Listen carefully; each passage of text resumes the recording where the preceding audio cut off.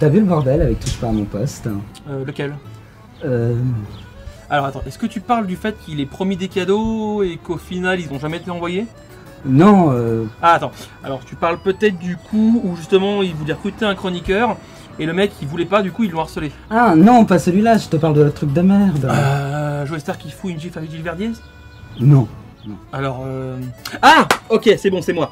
Le moment où ils ont harcelé un chroniqueur en direct justement, où il se foutait de sa gueule. Voilà.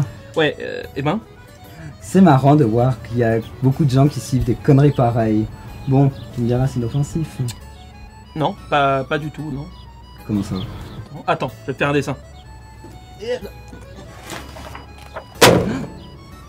Avant de commencer, faut bien comprendre ce qu'on regarde quand on regarde un touche pas à mon poste. On voit un leader, Cyril Hanouna, qui a sa bande de potes et qui délire entre eux. Il n'y a pas plus de contenu que ça.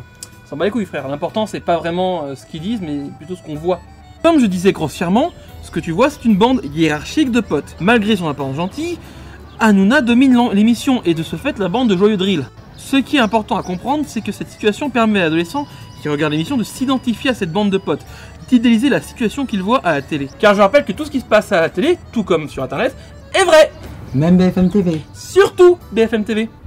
De ce fait, quand Hanouna propose aux autres d'humilier quelqu'un, que ce quelqu'un refuse l'humiliation et que l'humiliation se fait quand même, le spectateur va trouver ce comportement amusant ou pire, normal. Et c'est là le problème. Comment expliquer à un gamin que son idole qui passe à la télé fait quelque chose de mal alors que personne ne semble s'en émouvoir? Si l'on prend l'archétype cinématographique du personnage principal méchant, Tony Montana, certes le personnage commet des choses mauvaises, mais puni à la fin. Là on nous offre cette situation sur un plateau en nous disant wesh c'est normal qu'il y a des gens qui soient humiliés pour faire rire les autres. Et du coup le gamin va reproduire ça dans la cour de récré, ou pire, accepter qu'on lui fasse subir ça.